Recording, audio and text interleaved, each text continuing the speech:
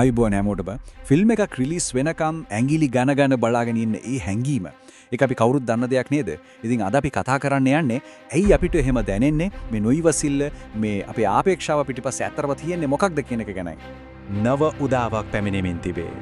ඔව් මේ වගේ වචන ටිකක් ෆිල්ම් ට්‍රේලර් එකකින් මේ ටික ඇහුනම ඇති අපේ හිතේ ලොකු බලාපොරොත්තුවක් ඇති වෙන්න.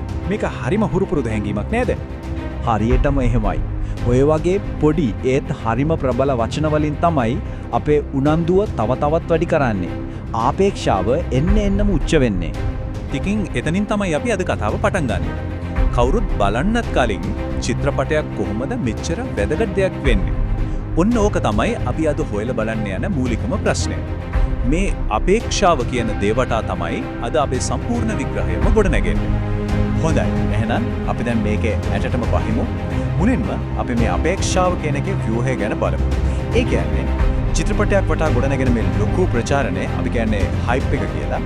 අන්න ඒක කොහොමද හැදෙන්නේ කියලා අපි විග්‍රහ කරලා බලමු. මිලියන 250ක්. හිතන්න ඔය ගාන IMDb වෙබ්සයිට් එකට එක මාසයකට එන මිනිස්සු ගාන තමයි ඒ. ඉතින් ඒ මිලියන 250ක් දෙනාගේ ක්ලික්ස් වලින් ඒ කියන්නේ ඒ අයගේ උනන්දුවෙන් තමයි අපි අද කතා කරන වඩාත්ම අපේක්ෂිත කියන ලයිස්තුව හැදෙන්නේ. ඒ කියන්නේ මේක ඇත්තටම රසිකයන්ගේම හඬ.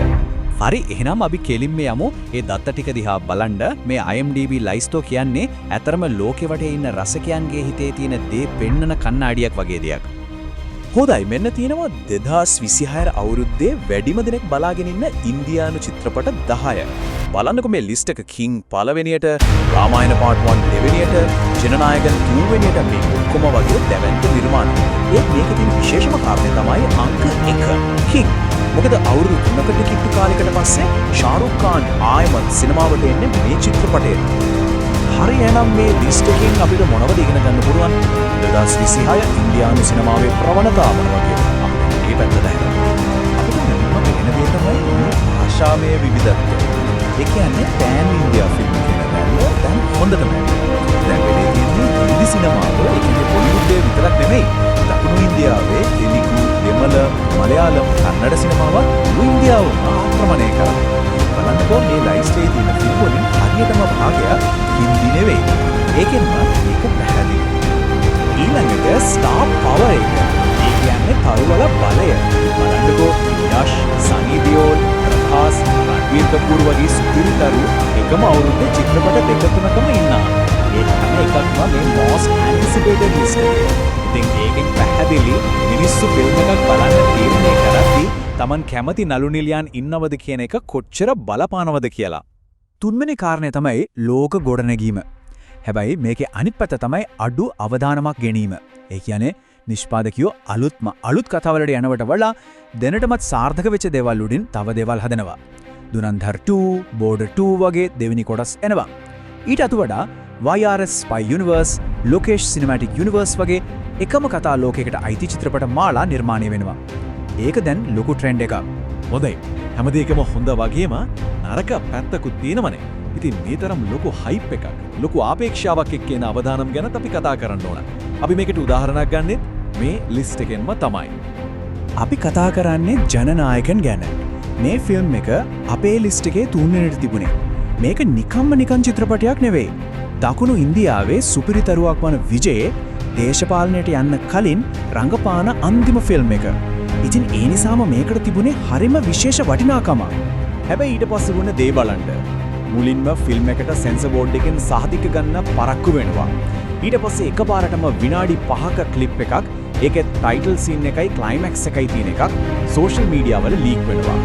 හැබැයි කතාව එතනින් ඉවර වෙන්නේ නැහැ. චිත්‍රපටයේ හෝල් වලට ඉන්නත් කලින් සම්පූර්ණ ෆිල්ම් එකම ඒකත් HD ක්වොලිටියෙන් පයිරසි වෙබ්සයිට් වලට යනවා. නිෂ්පාදකවරුන්ට හිතාගන්නවත් බැරි විදිහට හැමදේම අතලුත් වෙනවා. මේකේ අවදානම කොච්චරද කියලා බලන්න. මේ ෆිල්ම් එක හදන්න ඉන්දියානු රුපියල් කෝටි 400-500ක් අතර ගාණක් වේදම් කරලා තියෙනවා. ඒ කියන්නේ දැවැන්ත ආයෝජනයක්. ඉතින් ඒ වගේ නිර්මාණයක් පයිරසි වුණාම වෙන පාඩුව වචනෙන් කියන්න බැරි තරම් විනාශකාරී. නළු සිවකාර්තිකයන් කියන මේ කතාවෙන් ඒ වේදනාව හොඳටම තේරෙනවා. සෑම චිත්‍රපටයකම හැදෙන්නේ සිය ගණනක මිනිස්සුන්ගේ ආශාව, ලෙයින් සහ දහඩියෙන්. පයිරසි වලින් තමයි මේ මහන්සියට ගරු කරන්නේ. ඒක ඇත්තටම මුළු කර්මාන්තයම ආයාචනය. හොඳයි. අපි දැන් මේ එනකොට ඒව එකට අරගෙන 2026 අවුරුද්දේදී නම් ලොකු චිත්‍රයකින් බලන්න. මේ ලයිස්තු වෙන අපිට අරගෙන වෙන්නේ මොකක්ද? ඉතින් අපි මේ හැමදේම එකට ගත්තාම 2026 ගැන අපිට මොනවද කියන්න පුළුවන්? එකක් පෑන් ඉන්දියා සිනමාවේ නැගීම නවත්තන්න බැහැ. දෙක ප්‍රේක්ෂකයෝ තාමත් සුපිරිතරු පස්සේ යනවා. ඒ ස්ටාර් පවර් එක තාම තියෙනවා. තුන ලොකු ස්ටුඩියෝස් වල ප්‍රධානම උපාය මාර්ගයක් තමයි සිනමා විශ්වයන් හදන එක. ඒ වගේම හතරවෙනියට මේ ලොකු අපේක්ෂාව එක්ක පයිරසි වගේ ලොකු අවදානමකුත් හැමතිස්සෙම එනවා. ඉතින් අවසාන වශයෙන් අපි මේ ප්‍රශ්නයක් කරන අතර මේ තරම් ලොකු අපේක්ෂාවක් මේ තරම් චාරණයක් එන මේ චිත්‍රපටවලින් අවුරුදු ඉවර වෙද්දී ඇත්තටම ප්‍රේක්ෂකයන් හිතුවෙන්නේ මේ අවුරුදු නිර්වචනය කරන්නේ මොන චිත්‍රපටයද? හයිප් එකට එහා ගිහින් ඇත්තටම වටිනාකමක් ඉතිරි කරන්නේ කවුද?